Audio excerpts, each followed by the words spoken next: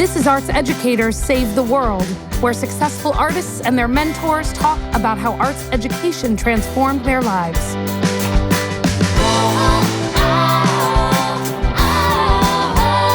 Hey, welcome to Arts Educators Save the World, a podcast where artists and their mentors talk about the impact that arts education has had on both their lives.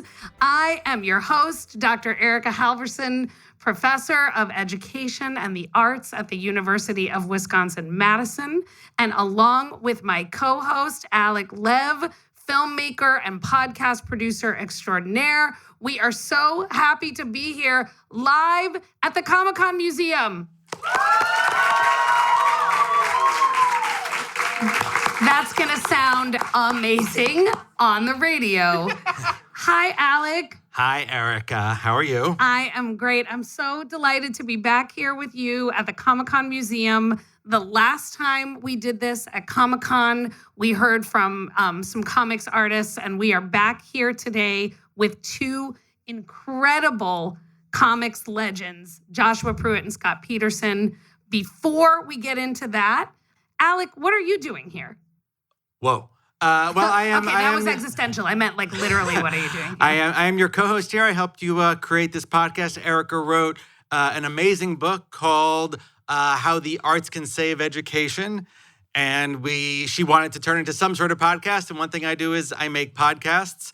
If anyone here happens to be a fan of How I Met Your Mother, I produce a podcast called "How We Made Your Mother" with the co-creator of the show and one of the actors on the show. And so she said, let's do this. And we invented this podcast. And considering we met each other 45 years ago, ouch, in that zone, we thought it was time to finally work together. And so that's it. We're here doing this. And I grew up reading comic books. And I have no artistic talent whatsoever. I mean, I have lots of. I'm an artist. I'm not an artist. I can't make pictures. And so we're here doing this. We got it. This is great. So Alek, if you would bring our artist who we've brought here for the conversation into the chat, I would really appreciate it. Absolutely. So we are here with Josh Pruett, who is very talented. Yeah, we can do that. Let's do it. He is very talented. It's a little rude how talented he is. He is a writer. He is a New York Times best-selling author. He is a producer. He's worked in live action and animation. He has written for, Doctor Who and Mystery Science Theater 3000, Star Wars Resistance. Is that correct? No, but maybe. We'll see. Okay, we'll see. Every now and then when you look things up on the internet, you have to double check them. And for Phineas and Ferb, yes, that's right, who he still works for. So welcome to the show, Josh. And the first thing that why don't you say hi? Say hi, everybody. And then, on this show, what we've done is we've brought artists together in conversation with their mentors to understand that relationship. And we would like you to introduce your mentor to us, if you could. Yes, my mentor and friend. Think of us a little bit like I'm the golden retriever and this person is the old beat down hound dog. How dare you? That is Scott Peterson. Everyone say hi, Scott. Hi, Scott. So Scott is very old, and that's about it. So Scott is actually an Emmy Award-winning executive producer. He showran the animated adaptation of The Last Kids on Earth. Who's heard of that book series? Who's watched the animated series on Netflix? This is audio, so we're going to clap instead of raising our hands. Yeah, clapping is good. Very good. And Scott and I have actually written quite a few books together. He is currently the co-producer and head writer on Phineas and Ferb. Everybody, Scott Peterson! Woo! So, Josh and Scott, the way we always like to start these conversations is to invite you to share with us the first time the two of you recall working together. Oh, it is dear. Okay if this it's is my not favorite, the same this is story. My favorite. Oh, no, it's the same. Oh, you have already done this spiel. Great. But so that's where we're going to start. I want Scott to tell it. Great. Yeah, we were working on Phineas, I believe. Yep. And Josh was a storyboard artist at that point. and I was in charge of the writers. And we got together in a room to pitch a storyboard and to talk about the storyboard and try and fix things. And there was this really, really loud guy at the end who just laughed at everything. And like to the point where we couldn't hear each other. And that was Josh. And I thought, oh my God, how am I going to work with this guy?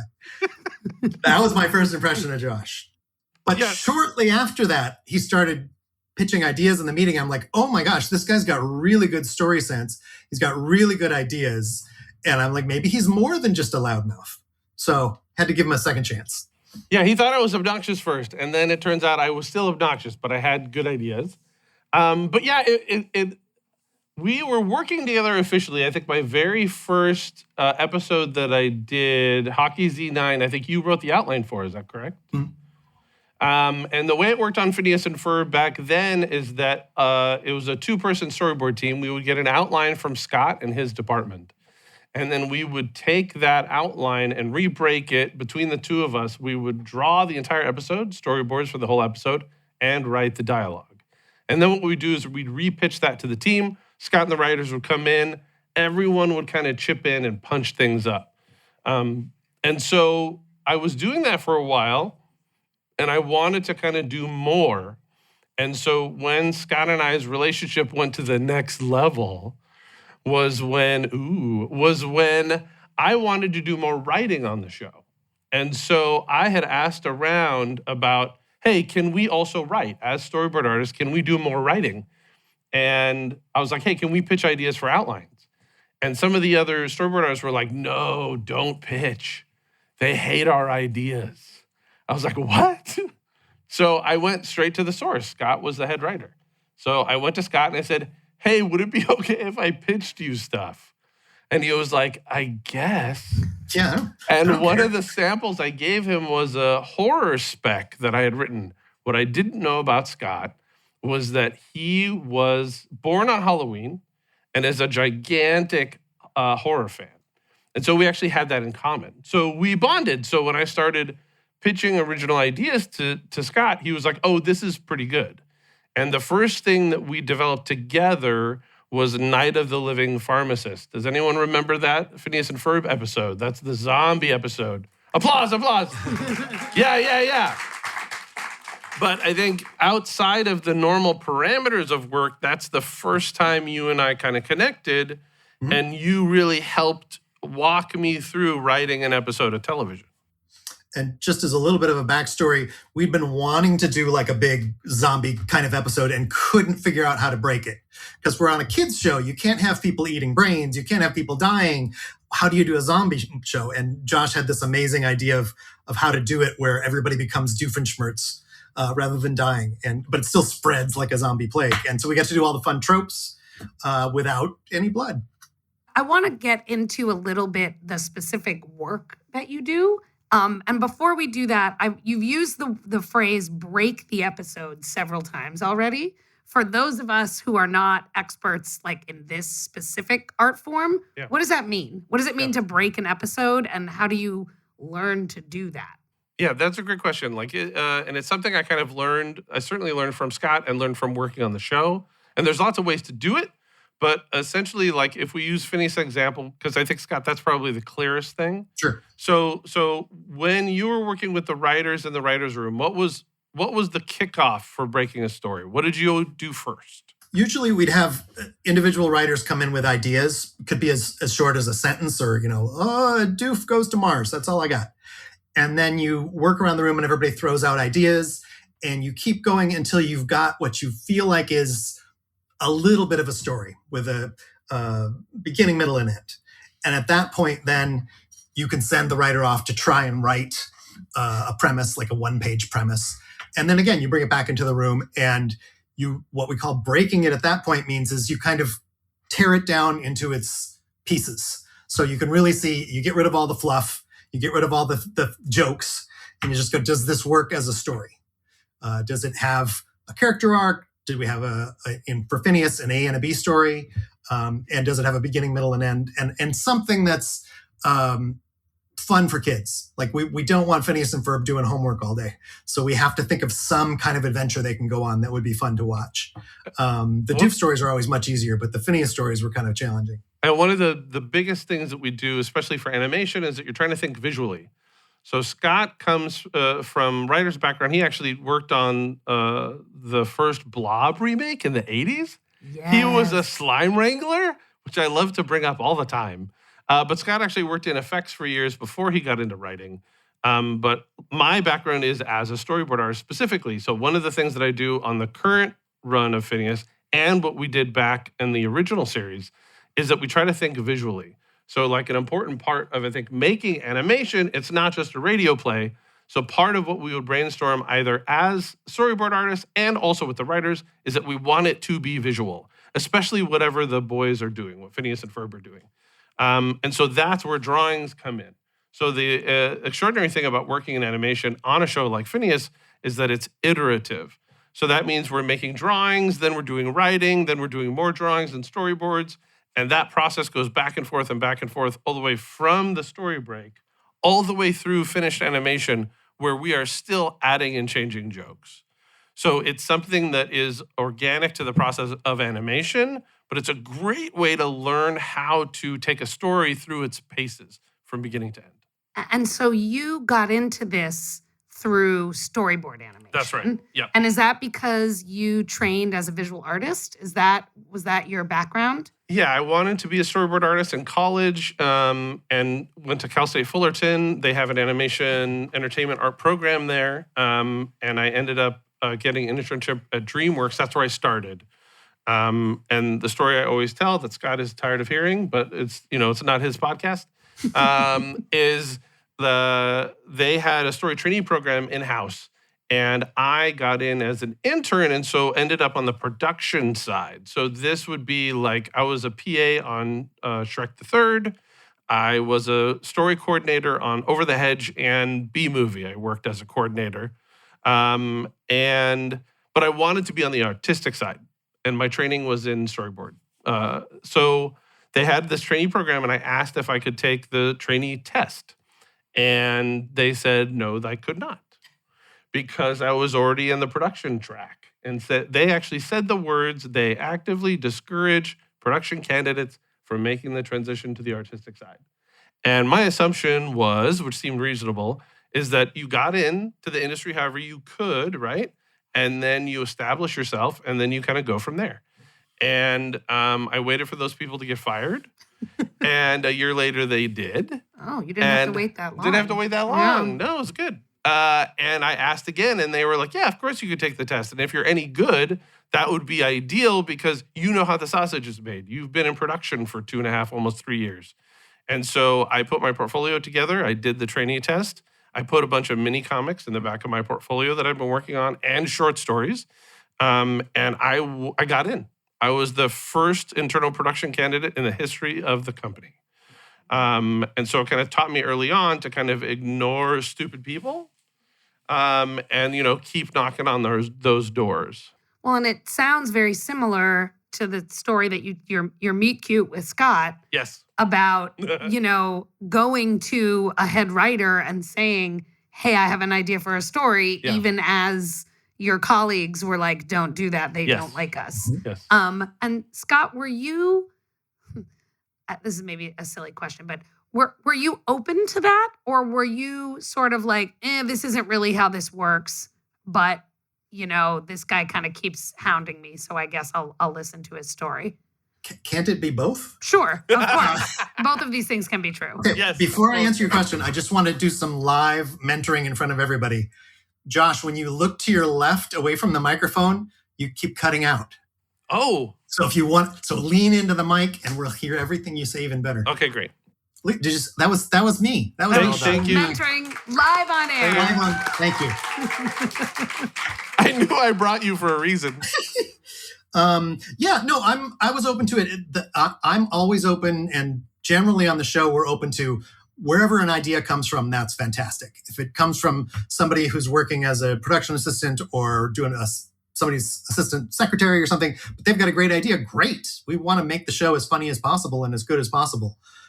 Sometimes there are legal ramifications that people are like, oh, we can't have people spending all their time trying to come up with ideas when they really need to be organizing spreadsheets. And so sometimes Disney as a whole frowns on that, but if we can get it to happen and it's good, they generally will roll over and say, okay. And a lot of the feedback that I was getting from those other peers was the impression I ended up getting after the fact was that, oh, they just they got rejected and they didn't want to keep at it. Mm-hmm. That was another piece of the puzzle that I learned over time. Mm-hmm. I didn't know right away. I was like, oh, they gave up early. And I was like, oh, I don't do that ever. I'm too obnoxious to do that. You waited for people to be fired. I waited for people to be fired. Yeah. And being rejected is a huge part of working in the business. You have to build up a thick skin. Doesn't mean you're bad. It just means, that person didn't respond to what you're doing. And maybe they'll respond to the next thing, or maybe somebody else will respond to what you did. And I think a lot of people in the arts, have those stories that they share. And I've got a buddy who's works in visual development. And it's he says the job is to collect no's, which I actually really love because the yeses are an exception. So it's my job is to go out and get rejected. Great. I did that 3 times today. Awesome. I'm doing the thing that I'm supposed to be doing. I think that's an incredibly hard lesson. Yes. For people to internalize. And I think, in arts-based careers, to learn that early, or not to learn it, obviously being rejected all the time is hard, but to understand that rejection is part of the job is such an important way to think about what you're doing. And also, I think that you've chosen a life that isn't show up, be given a task, complete the task, and go home. That if you have an artistic bent, what you are saying, and I mean, if you could just paint something at home for yourself, you're going to be much happier than I am. But if you have an artistic bent that wants to do theater, do film, do television, you have to know that all you can do is play your cards as well as you can play them, right? You need to absolutely do 100% of your work, 100% of your work, and get better at it and better at it and better at it. And still, the person you pitch it to might go, and that's still a win. A win is getting to pitch your work to someone who can help you get to that next step, and or do what I do, which is don't get paid for anything and make your own stuff. There you go. But it's true that to make your, but then I have my own stuff to now show to the next person.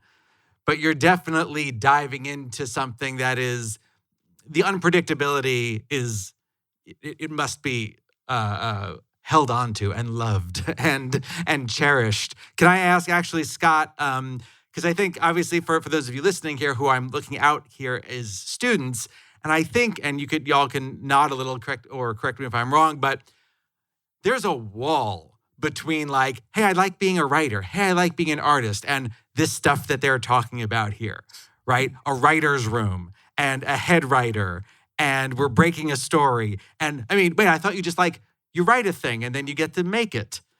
It's such a machine. Television is such a machine. Every show you've seen has a writer's room filled with 12, 15 people sitting around a table, just pitching stories, pitching jokes. But they started out as definitely what you are. They just started out as writers who like writing, artists who like drawing. Scott, what is your origin story?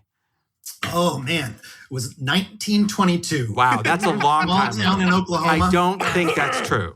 No, that's not true. You were using the telegraph machine to try and spell out. The wheel had just been invented. Okay. I actually went to film school at USC and was thinking, I'm going to be a director. And pretty much everybody who went to film school at USC thought they were going to be a director. And that's just not possible. Right. You can't all come out and start directing features. And so I worked in visual effects for 8 years. So I was in the business on the peripheral side, but just it was not fulfilling for me. I wanted to create stuff. And the one thing that I could do was to write. Nobody's going to stop you from writing. So I could go home at night and write. I could write on the weekends. And eventually I said, I'm going to quit this job and just write full time and keep sending things out until somebody finally recognizes, wow, look at the talent. And so I think the very first thing, well, first of all, I would write for anybody because I called myself a writing whore. Because anybody would pay me money, I would write. So I was writing for board games and audio things like recording machines and the Weekly World News, if anybody remembers that. Just anybody who would pay. And then the first official animation thing that I got was writing for Sylvester and Tweety Mysteries. And that was kind of a fluke that I got in. But once I got my first one, it was a little bit easier to get the second one and the third one, and then eventually get to work on a show on a staff. But it was very incremental. I'm just going to also interject because on the other podcast I work and we talk about this all the time. The fluke moment, I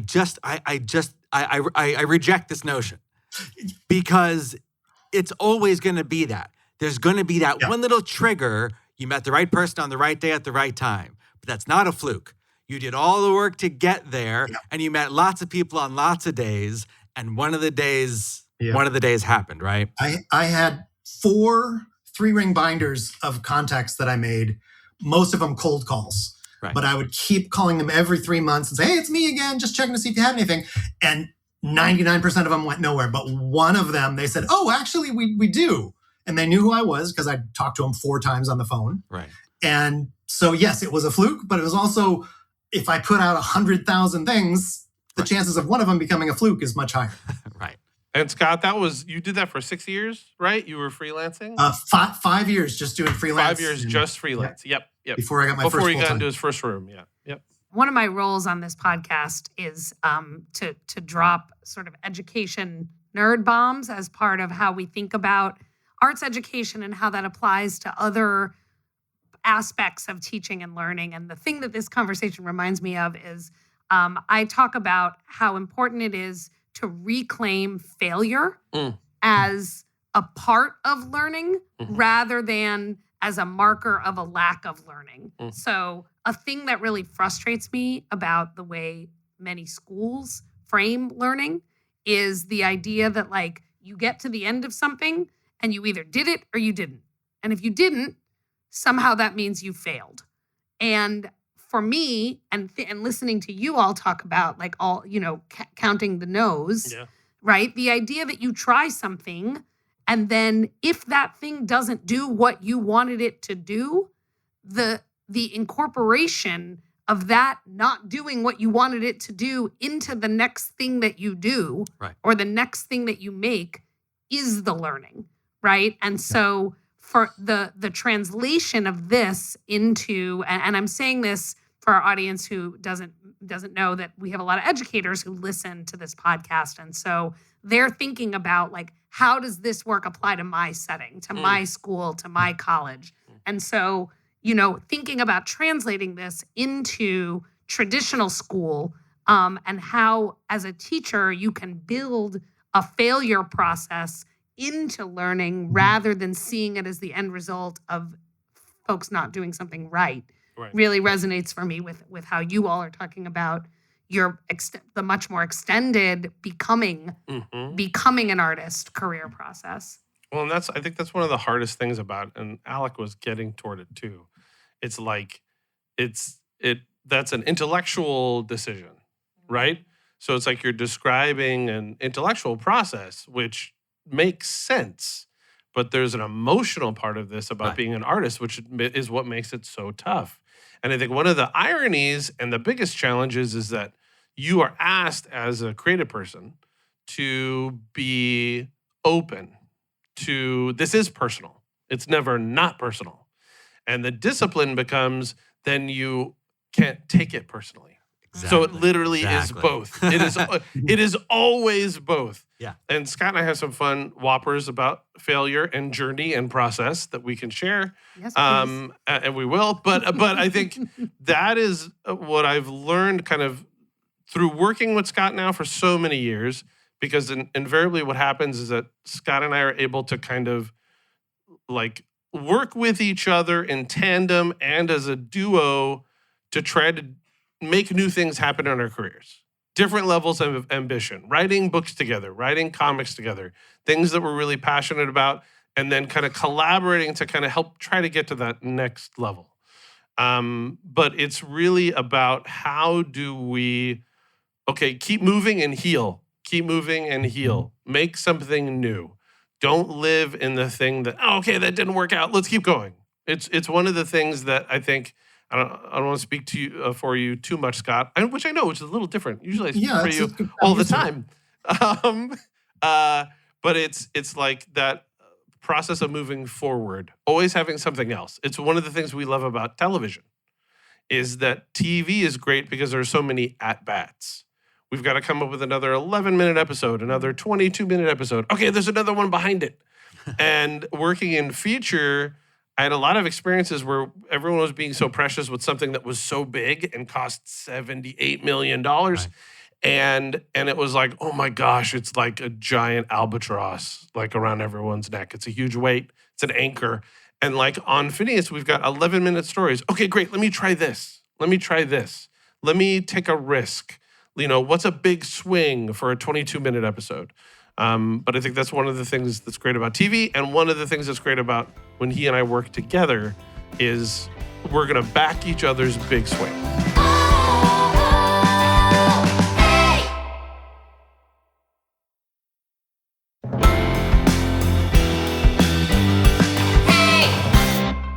I need Erica to solve all of education right now. One podcast. Well, because I just remember, Erica and I went to school together for a very long time, and I just remember the feeling at school of working on something for a long time. It's your class, it's a project, it's whatever it is, and the pressure of it, the grade at the end, the fail, the not fail, the late nights, and it hurts a little. Mm-hmm. And it does not prepare you, certainly for the artist's life, of I have to, like you're saying, I have to do all of these things to get to the next thing. Mm-hmm. Yes, I worked on a script for a year. I thought we were going to make it. We wound up not making it. That's okay, because the next one I work on, I learned from that entire year's worth of work. I can't be sad that year's worth of work didn't turn into a thing. I have to be happy that I did the year's worth of work. I don't think anyone thinks that. I'm so glad I did that year of social studies and then failed. Yes. Because the next time, that's right. So help save the world, like your book says. Yes. And how can education better prepare artists? Let's just talk about artists for now, for a life that's always in process. There are no endpoints. I think one of the things, so I have a kid in college, and she is a humanities kid. Mm-hmm. And she gets a lot of crap from her friends who are going to college to learn a career. And she is majoring in the humanities. And so she's majoring in history and film. And a lot of her friends are like, literally, what's going to happen to you? And are you going to be living on my couch? And so, but she and I talk a lot about how the underlying skills and habits of mind and practices that she's learning transfer to so many different careers that actually make her, in many ways, more available and more flexible. So she writes constantly in college. She's taking a journalism class right now. She's taking a class on adaptation, so taking texts and adapting them into films and TV shows and whatnot. She's taking like a regular history seminar and thinking always about how does the writing that she's doing in this space help her think differently about the writing she's doing in another space. So even if that history seminar is not going to get her a job as a historian, that I just we're artists. We don't know what real people do for a living. History majors everywhere. How that instead she's thinking about what does that creative practice mean for these other kinds of jobs, other kinds of work. And in fact, we did before this podcast, Josh and I and our friend Heath got to do a workshop with all these amazing people who are in the audience. And it's kind of what we spent an hour and 15 minutes doing, right? How do you write a story in 7 minutes? And then how do you take that story and translate it into a single page of a comic so that you can start to think flexibly about what writing is for and what writing can do? And so my answer is always, and again, some of my colleagues in like science education or math education or history education. Don't love this answer, but it almost doesn't matter what the content is. Yeah. Because what you're getting are the kinds of skills and practices that you can take into whatever kind of content you care about. Yeah. So that would be Yeah. my answer to I mean, that. You're right. I'm thinking about, podcasts were not invented when I was in school. No. And yet somehow I put together all these weird skills and now can do this thing. Right. Yeah. That was not a job, right? But now you can go to school for audio production, probably with a focus in podcasting. I'm sure there are programs that do that. That again, maybe when we all have chips to scan and there's In no my palm. need for audio producing, that job will look different. But yes, the idea stands, right? Whatever form of education you're engaging in, it's less about the particular content and more about what can you take from that allows you to do the thing that you feel the most passionate about. Well, I was talking to some of the students today about, the goal is to make things and show it to people. And what we're talking about is developing a series of disciplines and approaches. You are strengthening muscles. So like for those of you sitting out here in this audience, it's like, man, there's stuff I learned in my senior year English class that I literally still apply to the writing that I do on a daily basis and the writing that I get paid to do. There's a piece of this which is interdisciplinary because it happens naturally, not because someone advised you to do it.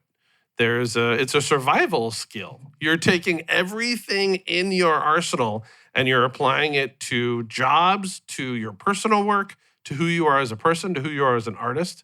One of the things that I actually learned from Scott that helps me all the time when I'm not feeling like I have talent or the muse is not there. Scott, you shared something with me a long time ago where if I can't write, I can type. Can you walk people through what that means and where maybe that came from? It's basically another way of saying it's okay to write badly and it's okay to take small steps. So if I've got a bunch of notes and I'm like, I don't know where this story is going, well, I can type up all my notes.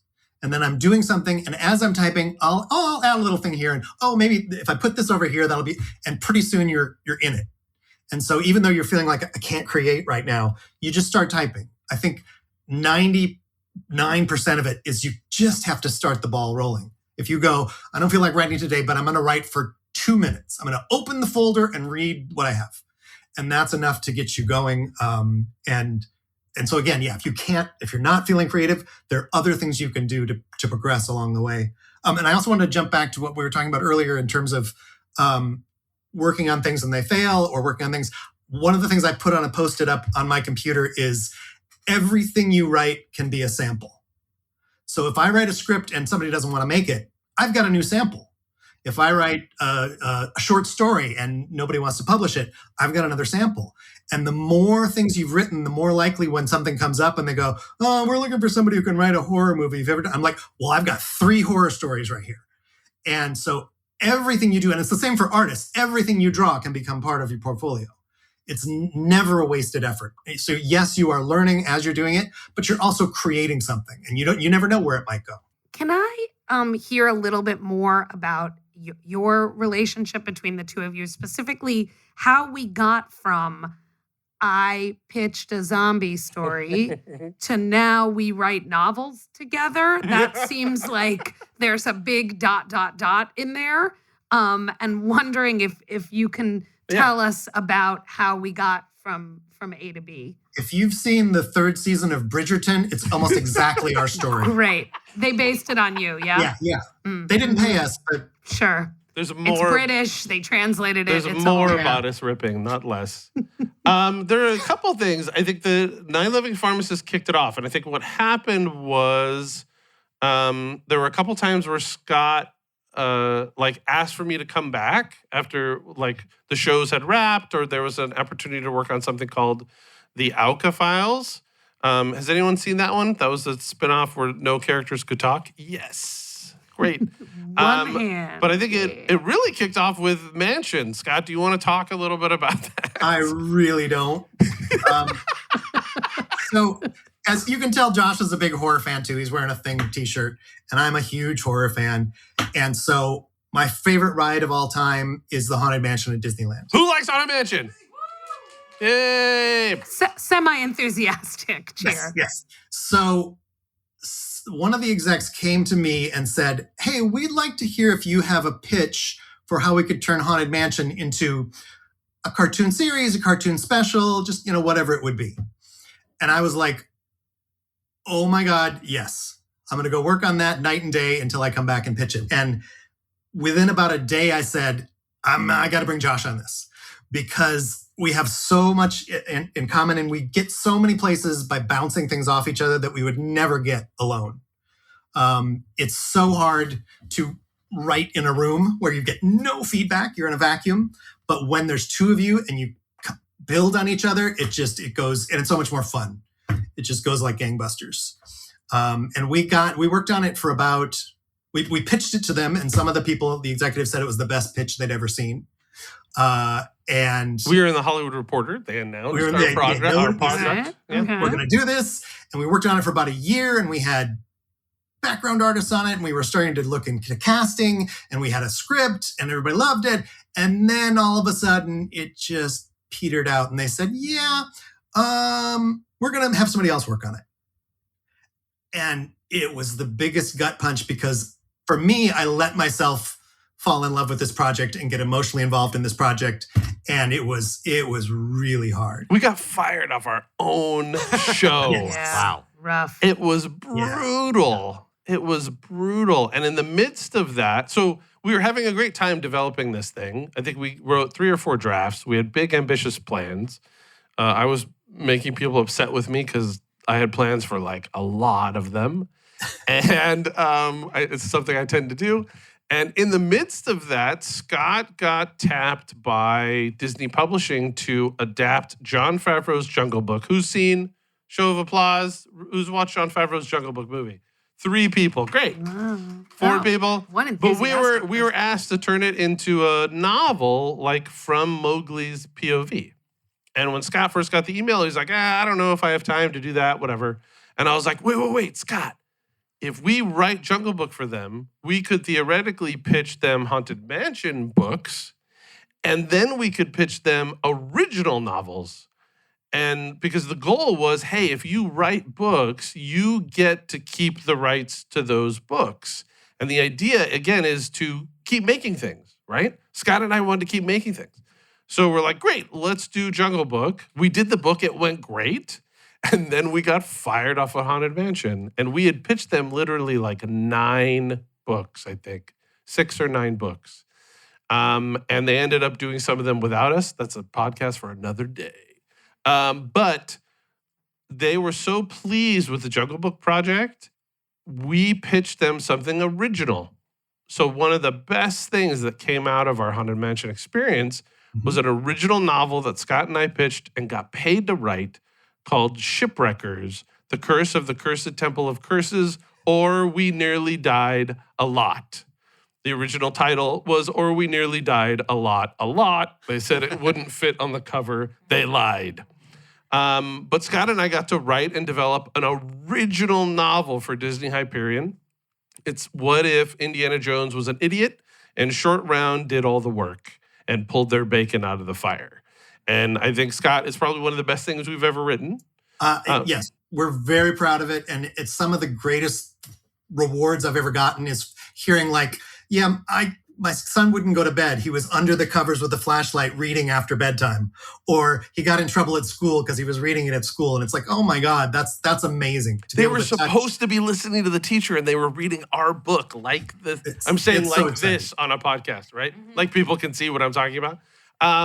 But like that's the most punk rock thing that I can possibly think of. Our book got kids in trouble.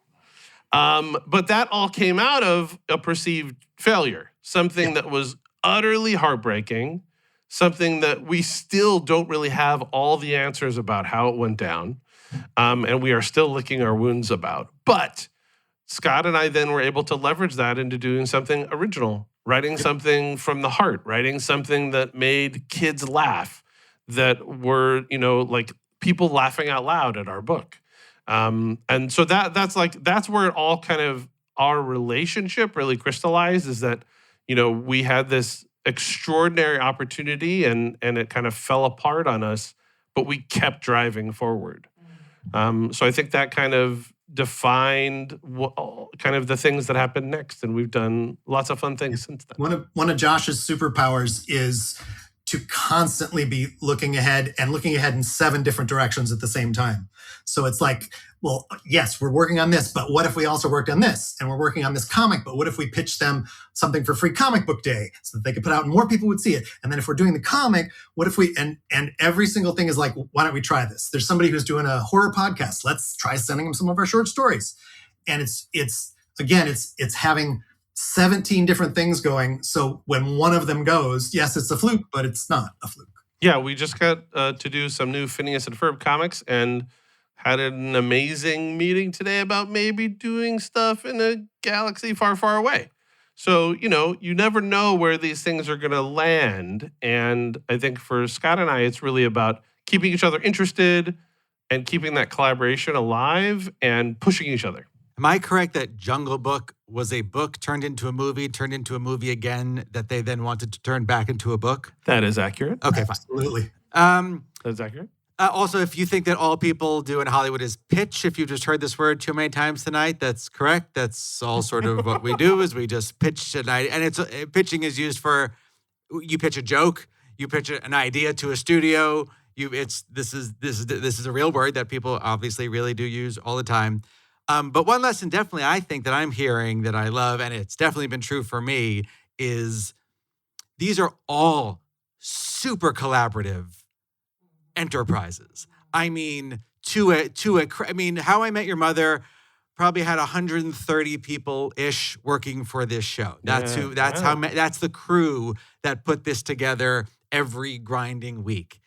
And whether it's animation, whether it's a play, whatever it is, and the way it seems to get involved in this stuff is you need to just put yourself into a place with other human beings who kind of like the thing that you like to do. Yeah. Because when I make a movie now, when I do a play now, I just keep working with these great people who I've collected along the way, and they've collected me along the way.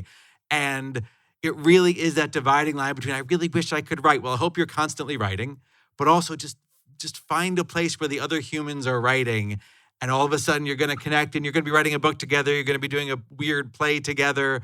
You're going to be doing a podcast together after being friends for so long. But a magic does happen when you're in a room with other artists. Finding your people is a thing. It's the thing. It's the thing. It is. I agree. And then the nerd education version of that for me is often that we think of in schools and other education spaces, we often think of collaboration. Who loves a group project? Let's do a little test.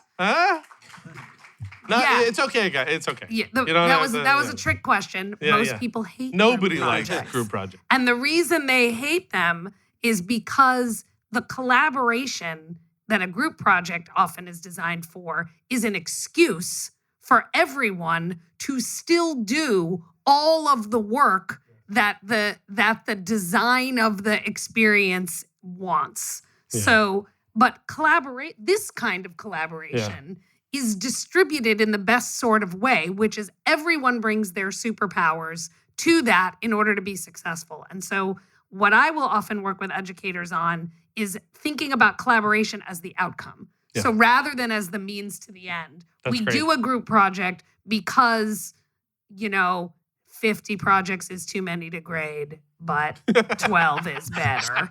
Which, listen, someone's getting cut some slack, and it's not the student. Right. Yeah. And we don't do it because it's too hard for us to figure out how to, make individualized tracks for everybody. But we collaborate because the goal is the collaborating. And that prepares people better, I think, for the way that you all are talking about making art together. And I think that's healthier too. I feel like that, it doesn't put as much pressure on the folks inside and their responsibilities. Go ahead, Alek. No, and you find what your skill is. Yes. I've done a lot of writing, but I have found over the last couple of years, I am better at organizing writers. I'm better at producing and putting together and editing and working and bouncing ideas off than I am at putting the actual words on the page. And I learned that by working with people who are better at writing than I am. So when I collaborate, I'm more directing the writers more than I am writing words down. I'm breaking as I was driving down here today for 2 hours, I was breaking stories There you go. with my friend with whom we're writing a movie, but I like his words more than my words. But I only know that because we collaborated. We said, oh, that's my skills here, my skills there, rather than what you're saying, which is everyone does everything, which is that's not the world. Yeah, and that's not how you get great stuff, I don't think, right? It's like you're learning, Alek, to be a producer. That's what a producer does, right? Exactly. A producer is supporting the artistic intent and keeping things on track and making sure the person with those great words gets the space to make those great words. Exactly. I want to give our audience an opportunity to talk directly to Josh and Scott. So if folks have questions, we have a little Oprah moment. That's dating things. Oh, we have already got. We have a Phil Donahue moment. Phil We have Donahue like moment. So we're going to 2 take our whole friend hands. over back here on the aisle first. Put your hand up again so Doug can see you. Great. Thank you, Doug. And we're going to ask you to, Oprah it up, Doug. Let's Move. go. Let's hear it for Doug. Yeah. Yay, thank you, Doug. And then we'll take a question from our friend in the second row down here. Wait, I wanted to ask where Scott was from. He looks like an Arizona guy. Arizona, interesting. Where are you from, Scott Peterson?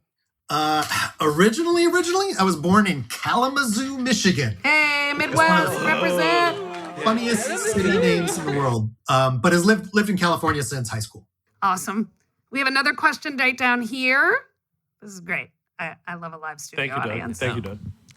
So I just wanted to ask, how would you encourage people who really want to write in the future and work in the animation industry with AI right now? Ooh. Because We all just died as we you all asked that like question. boo. Because personally, I really want to be an animator and work on something like that in the future. Great. But my mom straight up told me like AI is gonna take over. You should stop. We were talking about But and I don't believe this. I think that human art will always be around no matter how much technology progresses. So I'm just wondering, how can you encourage others to keep creating even though it's a really struggling world out there for artists right now? Yeah, and totally fair. That's a great appraisal. And yes, it is frustrating and tragic and feels scary. Scott, do you have thoughts? Only that AI can never do what we can do. It may be able to take pieces of other things and put them together and it looks kind of like a story, or take pieces of other people's artwork, but it's basically plagiarizing and stealing. And something original that means something to you, that comes from your heart, is always going to sing in a way that those things don't. I think we're going to see people trying to use AI. I know Disney just invested a lot of money in AI because everybody thinks it's the next big thing. But I think the audiences are smarter than that. They're going to know you gravitate towards a show because it resonates with you, or that you love the characters, not because it's 11 minutes of things bouncing around on screen. So it might be helpful to learn about AI so you know what else is out there, but I would not give up on a career because I think AI is going to take over. Yeah, absolutely. I would second and third that. I think we can spend a lot of energy like kind of deciding what it is and isn't and figuring out how to fight it, right? My gut is, one, educate ourselves, like Scott says, so we know what the lay of the land is. But I think, honest to goodness, like you upping your technical skills, you upping your storytelling skills, you making a bunch of shorts, now and for the next 10 years, being an amazing filmmaker, figuring out who you are and how you're going to put that into your stories and characters, that is still job one. It does that other thing on some level changes nothing. It is a trend, and we're going to watch that happen. But Some people would go ahead. compare it to like when TV came and everybody said, oh, the movies are going to die. Yes. And they didn't. And people say, oh, 3D animation, we're never going to make 2D animation again. It's not true. It's another tool. It's another way of doing it. I think we'll probably start seeing AI things like we do now on the internet, but it's just a different way of doing it. A little story that just warmed my heart. I'll try to do this quickly. Is there's something called a pitch deck. There's the word pitch again. My goodness. So there's a deck, which is basically think of it as just a PowerPoint. 10 slides that tells your story. And we make decks for everything, for movies, for podcasts, for absolutely everything. And I have to make a deck about something. My friend said, oh, there's this great AI tool. And he showed me what the decks are. And they're just these elaborate drawings that obviously I could never do. But you say, give me a castle. And it gives you this incredible castle. Okay, he tells me this on Monday. The next day, I was talking to a casting director, someone who helps you find the actors. And I said, we're working on a pitch deck. And she said, good, as long as you don't give me that AI crap. I have seen those pitch decks already. I am tired of them already. So, I don't know, warm my heart a little bit, and it's going to be a bit of an uphill battle. But from my experience, sure, there's probably some people at the top who see the money that could be saved, God help me, in AI. None of us, none of the artist types are thrilled with this notion here. It's not interesting. It's boring. Also, by the way, we don't write because we like writing. We like writing the words. I don't want someone else to write for me because I enjoy writing words. That's what I do. I write them. And so I have faith. I have some faith. Yeah, the tech bros that are trying to destroy us. take us out of the equation just so they can make money faster, it's not going to work. Yeah.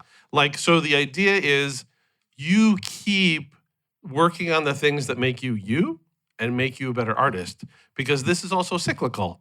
These things come up and they go away, and they come up and they go away again. The example I use that gives me comfort every time, and it's going to sound a little weird, is horror. Horror movies for the last 100 years will come up and cycle away and come back, and they save the industry. In the 1930s, it was the Universal horror movies, right? So it was Frankenstein, Dracula, all that stuff. And no one was going to the theater.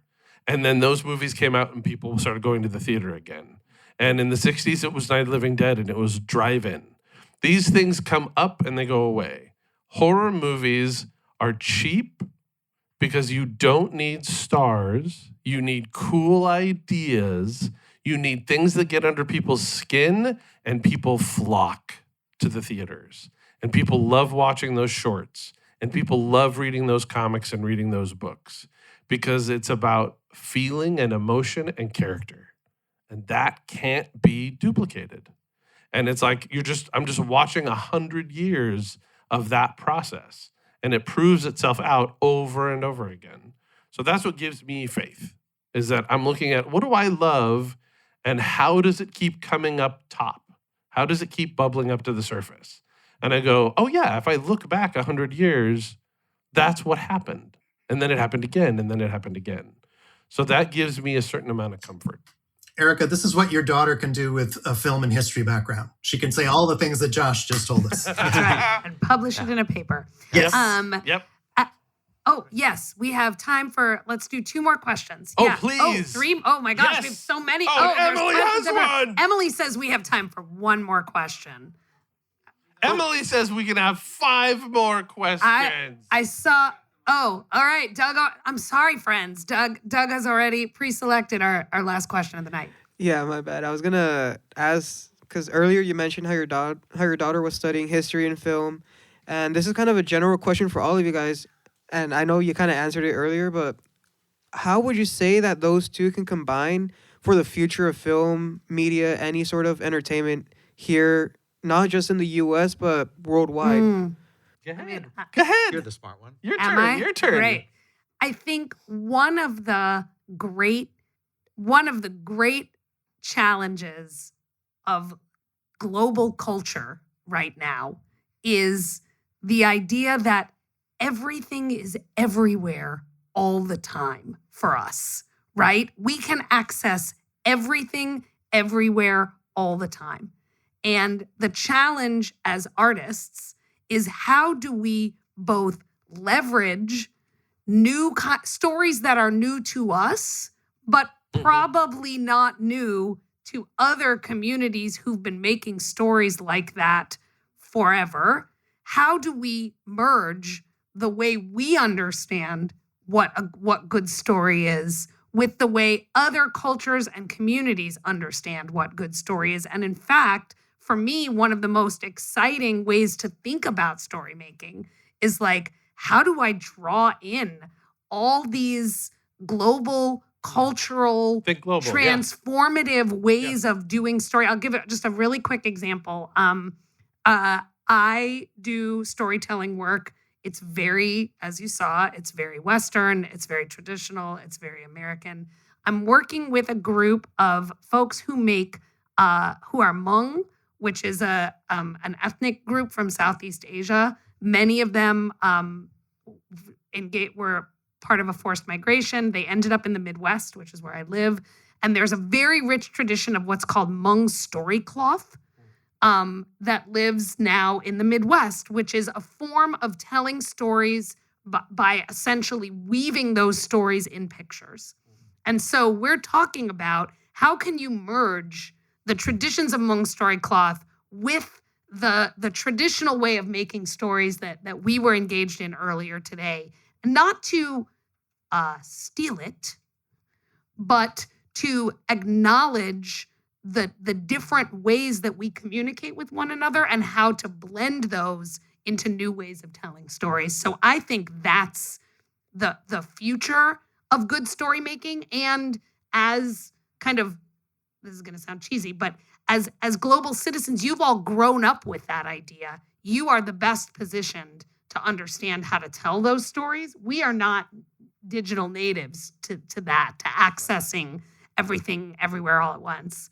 And you all are. So my advice is to take that as an opportunity to think about ways to make new kinds of stories. Watch foreign films. Don't be afraid of subtitles. Get out there. Absorb cool stuff. So as we wrap up, Alek and I have a little game that we play called Three Things. And I'm going to ask Doug and, Josh and Scott to play three things with me. Here's how it works. I'm going to give you a question. Okay. And you're going to give us three answers. And each time they give an answer, the audience is going to shout 1, 2, and 3 things. So here's the question. Okay. Give me, and I'm have you both do this, 3 episodes of Phineas and Ferb, real or imagined, that you wish you would have made. So things that either that you made that didn't get made, or things that you would like to dream up. 3 of them? Yeah, 3. Okay. I got one right off the top. There's an episode that exists called Act Your Age, where we get to see the kids as 18-year-olds. And I've written one called Act Your Ancient, where we get to see them after their whole lives have passed.